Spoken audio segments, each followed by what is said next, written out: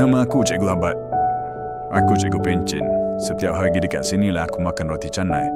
Sambil-sambil pekena rotinya lembut, dapat juga lihat ragam manusia kat sini. Satu hari aku perasan ada seorang ibu mudil makan 2 keping roti canai dan 2 teo ais. Mereka berkongsi makanan dan aku dapat agak mereka bukan orang senang. Jadi aku beranikan diri untuk makan sekali dengan keluarga ini dan Alhamdulillah mereka menerima aku.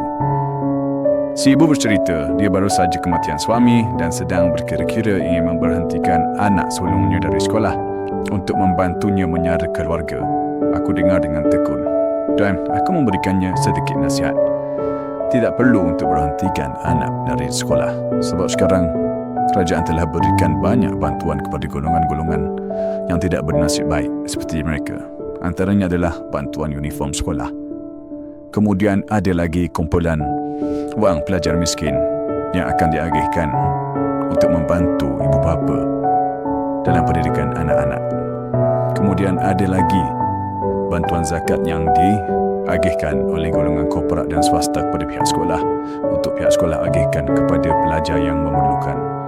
Kerajaan juga mewujudkan RMT, rancangan makanan tambahan untuk anak-anak yang tidak kemampuan supaya makan dulu sebelum kelas. Kemudian kita ada lagi program susu sekolah untuk pastikan anak-anak kekal sihat. Dan apabila mendengar sedikit penerangan daripada aku, wajah anak-anak mereka kelihatan girang dan gembira. Begitu juga dengan ibu muda tadi dan juga anak sulungnya.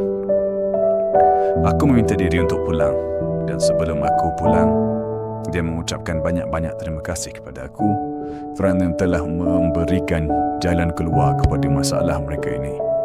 Jadi nasihat aku kepada ibu atau bapa di luar sana yang menghadapi kesukaran dalam pendidikan anak-anak, jangan malu, jangan segan minta bantuan dari pihak sekolah. Tanya pihak sekolah apa yang bantuan kerajaan telah sediakan.